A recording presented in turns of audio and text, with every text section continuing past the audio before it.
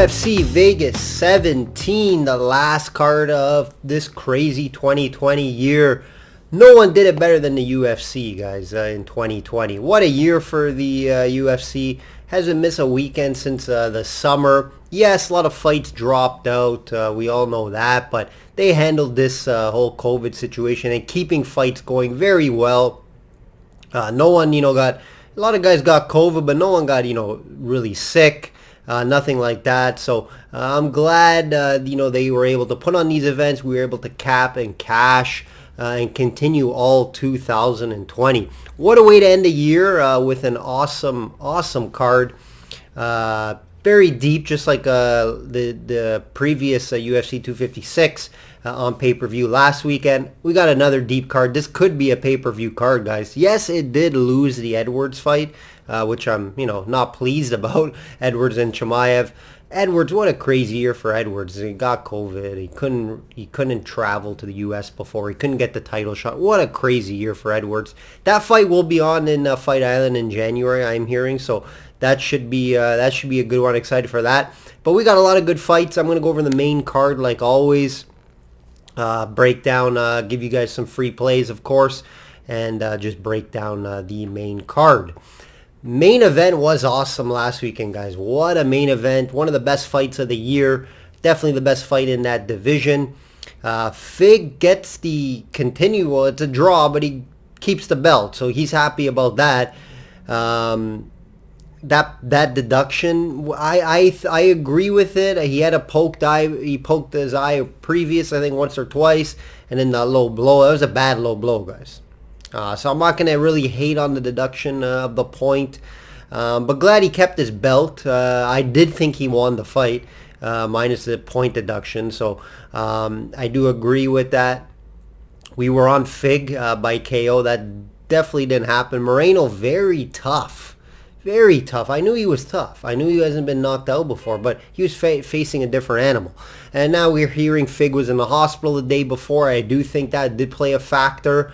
How much? I don't know, but going to the hospital at 2 a.m. the day of the fight, it can't be convenient, right? So yes, I think it did factor in. How much did it affect him? We'll never know, right? But I'd love to see that rematch. I know that rematch is going to happen. Definitely excited for that. Charles Oliveira, wow. Charles Oliveira, real deal, guys. One of the best in this division. I would love to see him fight the winner of Poirier and McGregor. He deserves it. Just a clinic on the ground. Unbelievable. I did mention to you guys, if you're going to bet a side on this fight, jump on Charles Oliveira with that value, plus 140.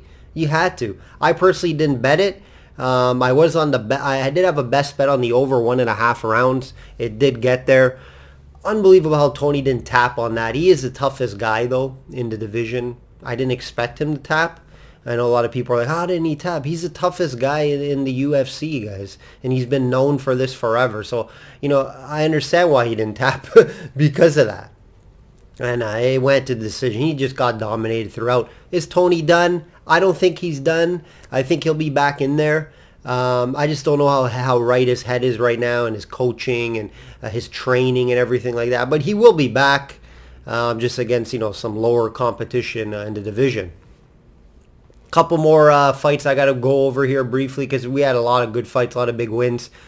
Fiziev is the real deal. One of the best strikers in the UFC. I mentioned that on the video. It was very impressive, that combo. Wow. Unbelievable. Can't wait to see him fight, top tier guys in the division. He should get a top 10 guy next. And excited. He doesn't like to fight often. He did mention that. I think he likes to fight every 3 to 6 months or something like that. So we won't see any crazy turnarounds, but very impressive. Can't wait to see more of the guy. And Kevin Holland. What a fight. What a finish from the bottom. Only second time in UFC history. Very impressive. I thought Jacare could handle him on the ground. At first we seen him easily pick up and slam him, but Kevin Holland very active on his back. Very active. I didn't have a best bet on this fight or anything, but a slight lean to Jacare. I didn't bet it, but I thought he could pull it off. But Kevin Holland just 5 wins this year. He could easily be the fighter of the year between him and Fig. or Adesanya, but Adesanya I don't think has fought enough. So very impressive by Kevin Hall. Can't wait to see him fight next, and against Brunson would be awesome. He deserves a top 10 guy. Impressive win from Dern as well. Very gritty performance by Dern. Broken nose, and then shows up in the third. I didn't know if she had that in her. She does. Tough girl, and very impressive. Can't wait to see her fight higher up in the rankings. Last week we didn't profit, ending the profit streak in 3 in a row. I wasn't 100% sorry, it was 1 and 2. I was 100% sure, almost 100% sure Billy would come out with that victory. We went 1 and 2, 1-1 on best bets. I had Billy Q, and Billy Q finally failed me, guys. I thought he would win the fight, but Tucker just picked him apart. I did not see that coming. Easy win for Tucker, 30-27. So definitely was wrong on that side with Billy Q. But the good news is still 70%, 44 and 19 rounded up, 41.6 units year to date, guys. Last card of the year, hoping to stay above 70%. That's a goal all year, and it's been a crazy year. It's been a great year, and I have been able to stay above with the profit. Remember, that 41.16 units, that's off 1 unit high. It's like my highest bet is 1 unit, right? 1 units, I bet 0.5. I bet most 1 units are my best bets though. So 41.6 units off 1 units all year, and it's 70% best bets, 44 and 19. Still time to get on the holiday special, 50% off all the month of December. If you get the subscription today, it goes until January 17th. So that's how it works. If you get and it's not like, UFC's off for a couple weeks, but I'm still betting NFL, NBA's here, NHL's here, PGA. So I'm still very active with all sports. No resting for me. I'm always capping, always looking for the next best bet. Nice little run we're on too, guys. UFC, we know, I just mentioned it. NFL, 69%, 31 and 14. The last bunch of plays here. It's a large sample size. 4 profitable weeks in a row. 7 and 2 on best bets in the PGA. 5 straight winning tournaments in the PGA as well. Just came off an LPGA win as well. Won there with a top 20. So it doesn't matter the sport, guys. I'm able to do the research. I do know pretty much all sports. So my handicapping never stops. Let's get right into it, guys. Let's get right into the main card. 5-round fight, main event. Stephen Thompson minus 110 versus Jeff Neal minus 110. Pick 'em fight. Thompson opened up a lot larger. I think minus 160. People are betting Neal. Good value in Neal, right? If I seen it open that earlier, I may say, the value is definitely with Neal. He could win this fight. This was supposed to be the co-main, however. Gets moved up to the 5-round main event. 5 rounds does favor Stephen Thompson, guys. Okay, I'll start off with that. It does favor Thompson. Neal has never gone 5 rounds in his career. Stephen has 4 times in his last 7 events. Yes, 4 times in his last 7 events. If this fight goes past the third, it really benefits Stephen. He will have to avoid the power, though, to get it there. And that left hand from Neal to get deep into this fight. Neal's coming off that big KO versus Perry. He has 10 finishes in his last 15 fights. Great upcoming fighter, if not already up there. Just, he has to beat who's in front of him, and it's not big names. It's not huge top competition, top 5, top 10 guys in the division, right? Perry, Nico Price, and Bilal Muhammad. Very respectable guys. Good fighters, but not the top of the division, right? His last loss actually was to Kevin Holland, believe it or not, on the regional scene. Ariel Helwani brought it up, and Neal called him out and got mad. We all know Wonder Boy. He's fought the best in this division, right? He's coming off a nice win versus Vicente Luque. Very impressive win versus Luque. He dominated that fight. Neal hasn't seen a style like Thompson as well, which could cause some problems for him. However, if that left catches, Steven could get, this could end quickly. I just don't see it. Steven's just so experienced in the striking department. Yes, he's on the wrong side of 30. However, you wouldn't think of this last fight versus Luque. He's in great shape, great cardio, and his striking is top-notch, one of the best in the UFC. Is it a bit too soon for Neil? Right? It is a step up in competition versus Wonder Boy, who has a ton of experience. It's going to show, right? Is Neil the real deal? That's the question, and it's going to show after this fight. Is he ready for this type of competition? This is a fight I can see going the distance, guys. I can see it going over the 2.5, 3.5 rounds. You may want to look there. My stronger opinion would be on that. You get that at plus 120. The fight goes the distance. However, I could see Neil possibly gassing out. That's what makes me a little hesitant to go all in on that. I could see Neil maybe fading in the 3rd and 4th round. Steven Wonderboy will win decisions, not really known for his KOs. So if Steven does win this fight, I think it's later in the fight where Neil gasses out in the 4th or 5th, or he just wins by decision, right? So I do lean Thompson. I want to see the weigh-ins. I want to see the face-offs. I want to see all that before I get an official play on this. But I do lean Thompson. I do like the over 2.5 rounds, 3.5 rounds. And there is value for it to go the distance here at plus 120. Co-main, guys. Co-main. Jose Aldo. Minus 150 versus Chito Marlon Vera plus 125. Chito is back in the octagon after that first round finish against a hyped Sean O'Malley, and it is a big step up here for Marlon. So we're going to see how he handles the veteran in Aldo. Aldo is coming off a title fight, don't forget, where he took a beating though. He took a beating against a Russian, and I'm still upset. I was rewatching it the other day. So upset that the ref didn't stop that fight like 3 minutes earlier.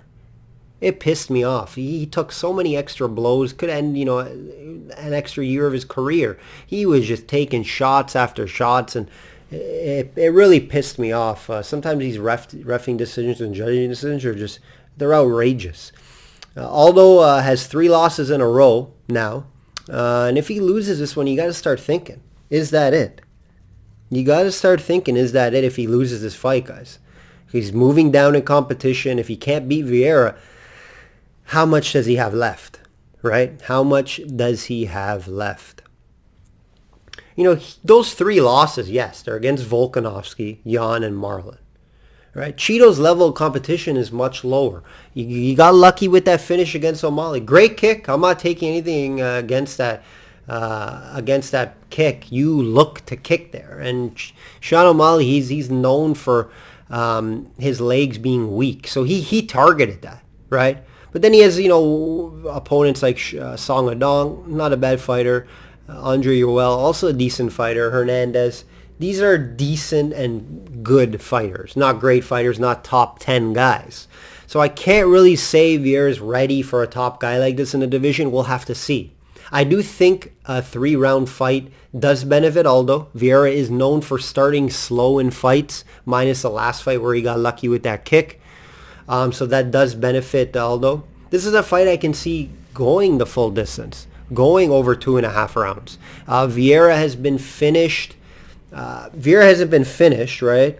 So that's one thing to look at here. And Aldo, yes, he's been finished, but Marlon's not known for his knockouts. So I'm going to lean Aldo in this fight. I think it is too much. I think it is a big step up for Marlon. He could win this fight, sure. That's why it's not an official play. But I lean Aldo. And I'll be on the fight going the distance. So you may want to look Aldo by decision or over the 2.5. Michelle Pereira minus 125 versus Chaos Williams. It's not Pereira, it's Pierre. I can't really pronounce. I just say Pereira. Minus 125 versus Chaos Williams plus 105. This should be a fun one, guys. I don't see this going the distance. Someone's going night-night, in my opinion. We just seen that nice KO from Chaos a few weeks back. Love the guy's swagger. He has that like boxer style swagger, and that's what he is. He's a boxer, guys. He does have 2 professional fights in boxing. He's 2-0 in the boxing ring, and it shows in his fighting. Pure boxer. What a shot he hit on his previous opponent. Just KO'd him. I haven't seen a guy out like that for a while. It was very impressive. Michel's going to look to get this fight to the ground, in my opinion. He has a nice win off Zaleem, his last fight where he dominated and he just controlled that fight. But he has 2 previous losses before that against Diego Sanchez and Tristan Conley, guys. So you do have to look at that. Chaos has back-to-back KOs versus 2 solid guys in the division. Like I mentioned, I love the swagger on him. He could be a star in this division, especially with a win here. A win here will really get his name out and really get him, a top 10 guy. It's going to be a tough task, though, because I think Michel's just more well-rounded than him. You would have to think Michel will want to try to get this to the ground and wrestle. You're not going to... I don't think he's going to want to stand and bang with him. Now, we know Pierre has very suspect decision-making in the ring, so he may just want to show, I can strike with this guy, and a Chaos catches him. Very possible, right? And because it's plus 105, I'll lean Chaos here, just because I just like what I'm seeing from him. I just can't go all in on it because I haven't seen the ground game. I don't know how he's going to be able to handle his own on the ground. And Michel's a very big guy. I think he'll come in a little bigger than Chaos. So that's why I can't be all in on Chaos. I do lean Chaos because of the value. And I don't think this goes the distance. Under 2.5 rounds would be a good look.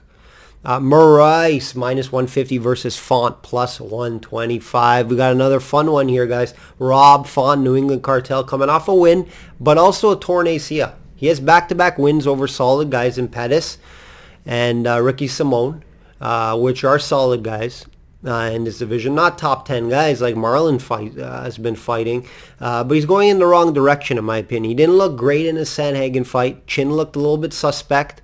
We know later in the fight he will gas, so Font won't. Font will want to get this to a decision, and I think that's where he could win this fight, is by decision. Rob Font, pretty solid all around, very technical striker, tough guy. I can see this fight going a few rounds as well. I could see it going the distance. I don't see an early knockout in this one. And there is value with Font at plus 125. I don't have an official play on the side, but I lean Font plus 125. Looks good in training camp. The torn ACL does concern me a bit, but I've been watching training with him in Cater. Great, sparring partner to spar with his Cater. Moraes does have that power, but I think Font's technical enough and tough enough to win this fight. It's just I can't go all in it. Moraes is going to be a little desperate in there to get a win. And he's been fighting a lot higher competition. So how is he going to look after that? It's only been 2 months since he lost to Sanhagen there. So how is he going to come back from it? We're going to have to see. So I'll lean Font because of the value plus 125, and for it to go over 2.5 rounds and possibly, get the decision there. Next fight, Hardy minus 125 versus Tabora plus 100. Some more Polish power we get to see. I always like watching Hardy because he gets better each time out. If you watch his fights, he continues to get better. He's coming off a finish versus Green.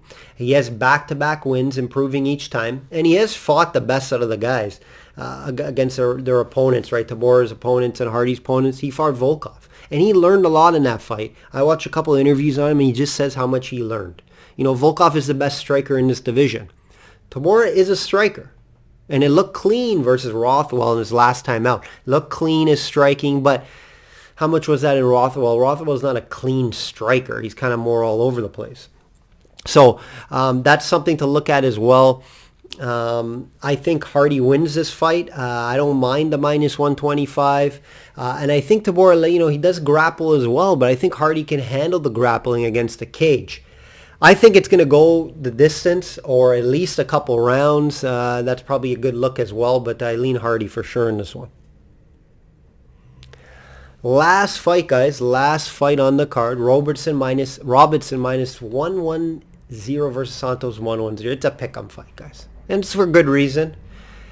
Can't forget about the ladies, right? I think this is opening up the card, or maybe the second fight, to be honest. She keeps winning her fights, Robertson, and it's in the same way, in the same dominant fashion on the ground.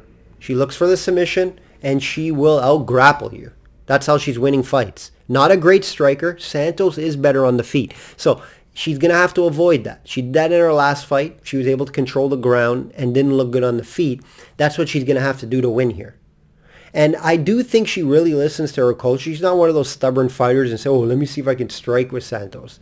She knows what she has to do to win. She follows the game plan. She's well coached. And that's what she does. She goes, looks to grapple and wrestle. Now, I don't know too much about Santos' wrestling. Yes, she did a few fights ago against McCain, where she was able to dominate, but that's McCain, right? It's going to be different here against Robertson. Robertson is one of the best in the division on the ground. So it's going to be how good is Santos on the ground. I lean Robertson just because of that, just because I think she'll want to get to the ground. She's been on a nice streak here. It's not something I'll go all in on, but it's going to go the distance. So you want to maybe look at the lady, maybe look at Robinson by decision, or to go over 2.5. I do think it's going to be a fairly boring fight, to be honest. That's how Robinson wins her fights. But I do think she gets this done. That will do it for the main card, guys. Main card. Subscribers, like always, I said on my plays after weigh-ins and after face-offs. Look out for the detailed email there. Last card for a few weeks, guys. Nice little break from the UFC. I'll continue doing the NFL videos, continuing, obviously, NBA starting, NHL. I am low volume in NBA and NHL, especially at the beginning when NFL's on, but I'll be picking it up throughout the year. And then PGA is back in a few weeks. I'll be back in a few weeks with updated video and more graphics, etc. Context. Still trying to learn the whole editing portion of everything, but I did have a background in editing, so I am carrying it over here. I love it. I love trying to make my videos better. Hopefully you guys have been following the plays all year. You would have made a lot of money. Like I said, 70% best bets and over 40 units year to date. Hopefully you continue moving into 2021. Hopefully this COVID thing's passed by soon. We get some crowds out there in the UFC. Can't wait for that. Like I always say, guys, just subscribe, please. If you're not, please like and comment. It does help me out a lot trying to build the channel. My subscription service has been going well. Love for some new guys to get on board. That would be great as well. All right, guys, like I always say, bet smart and know your limits. I'll see you in 2021. Happy holidays. Happy New Year if you don't follow my NFL videos. I won't see you until after the New Year. So Happy New Year, happy holidays. Thanks for your support. And bet smart and know your limits, guys. Take care.